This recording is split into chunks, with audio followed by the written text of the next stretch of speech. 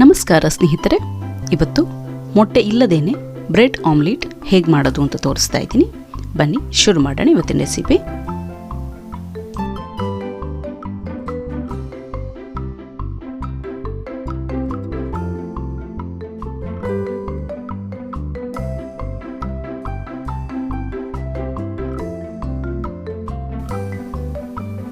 ಮೊದಲಿಗೆ ಆಮ್ಲೆಟ್ಗೆ ಬೇಕಾಗಿರೋ ಹಿಟ್ಟು ರೆಡಿ ಮಾಡ್ಕೊಳ್ಳೋಣ.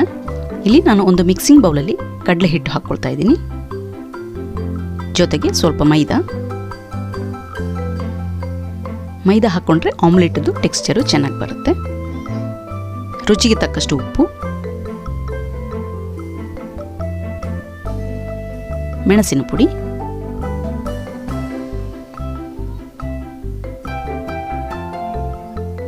ಮತ್ತು ಸ್ವಲ್ಪ ಅಡುಗೆ ಸೋಡಾ ಹಾಕ್ಕೊಳ್ತಾ ಇದ್ದೀನಿ. ನೀವು ಬೇಕು ಅಂದರೆ ಕಾಳು ಮೆಣಸಿನ ಪುಡಿನ ಸಹ ಹಾಕ್ಕೊಳ್ಬಹುದು. ಇದನ್ನು ನಾನಿವಾಗ ಚೆನ್ನಾಗಿ ಮಿಕ್ಸ್ ಮಾಡ್ಕೊಳ್ತೀನಿ.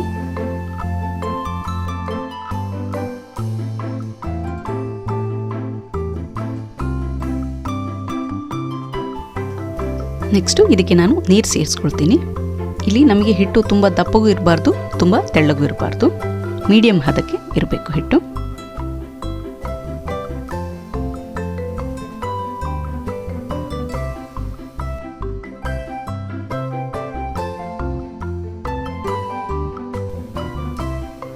ನೋಡಿ, ಹಿಟ್ಟಿನ ಹದ ಈ ರೀತಿಯಾಗಿರಬೇಕು. ಈಗ ಇದಕ್ಕೆ ನಾನು ತರಕಾರಿಗಳನ್ನು ಹಾಕ್ಕೊಳ್ತೀನಿ. ಸಣ್ಣಕ್ಕೆ ಹೆಚ್ಚಿಟ್ಕೊಂಡಿರೋ ಹಸಿಮೆಣಸಿನಕಾಯಿ,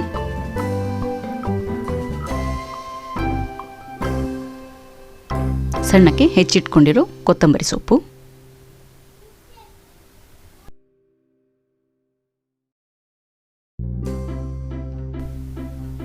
ಸಣ್ಣಕ್ಕೆ ಹೆಚ್ಚಿಟ್ಕೊಂಡಿರೋ ಟೊಮೆಟೊ,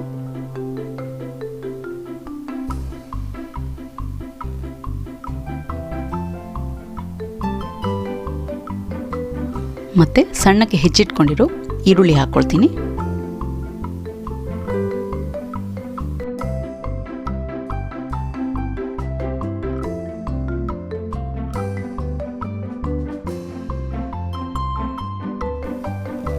ಇದನ್ನು ಚೆನ್ನಾಗಿ ಮಿಕ್ಸ್ ಮಾಡ್ಕೊಳ್ತೀನಿ.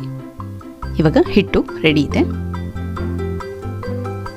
ಇಲ್ಲಿ ನಾನು ಒಂದು ಪ್ಯಾನ್ ಬಿಸಿ ಮಾಡ್ಕೊಂಡಿದ್ದೀನಿ. ಇದರಲ್ಲಿ ಬೆಣ್ಣೆ ಹಾಕ್ಕೊಳ್ತೀನಿ. ಬೆಣ್ಣೆ ಹಾಕಿಬಿಟ್ಟು ಚೆನ್ನಾಗಿ ಸ್ಪ್ರೆಡ್ ಮಾಡ್ಕೊಳ್ಬೇಕು.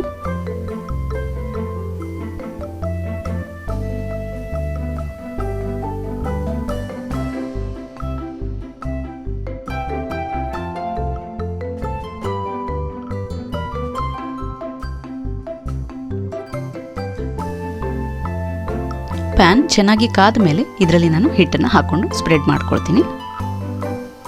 ಆಮ್ಲೆಟ್ ಮಾಡ್ಕೊಳ್ಬೇಕಾದ್ರೆ ಯಾವಾಗಲೂ ಸೈಡ್ ಇರೋ ಪ್ಯಾನನ್ನೇ ಉಪಯೋಗಿಸ್ಕೊಳ್ಳಿ. ಇದನ್ನು ನಾನು ಮೀಡಿಯಂ ಊರಿನಲ್ಲಿ ಬೇಯಿಸ್ಕೊಳ್ತೀನಿ. ಒಂದು ಬ್ರೆಡ್ ಸ್ಲೈಸ್ನ ಈ ರೀತಿ ಮಧ್ಯದಲ್ಲಿ ಇಟ್ಕೊಂಡಿದ್ದೀನಿ. ನೋಡಿ, ಈ ರೀತಿ ಸೈಡ್ ಬಿಟ್ಕೊಳ್ತಾ ಬಂದ ಹಾಗೆ ನಾನು ಇದನ್ನು ಫೋಲ್ಡ್ ಮಾಡ್ಕೊಳ್ತೀನಿ.